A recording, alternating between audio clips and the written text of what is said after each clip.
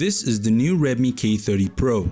This is what it looks like from the top, front, sides, bottom, and back of this device. A successor to the Redmi K20 of 2019, this new device has new tricks up its sleeves. It has a glass front, glass back, and an aluminum frame around the device preventing minor scratches and falls. Announced March 24th and released March 27, 2020. This new device packs plenty of power too, featuring a Snapdragon 865 processor and 5G capabilities. Redmi also confirmed that while the 6GB RAM 128GB internal storage variant has LPDDR4X RAM and UFS 3.0 storage, other variants offer faster LPDDR5 RAM and UFS 3.1 storage. Switching to the camera field, the Redmi K30 Pro packs a quad rear camera setup.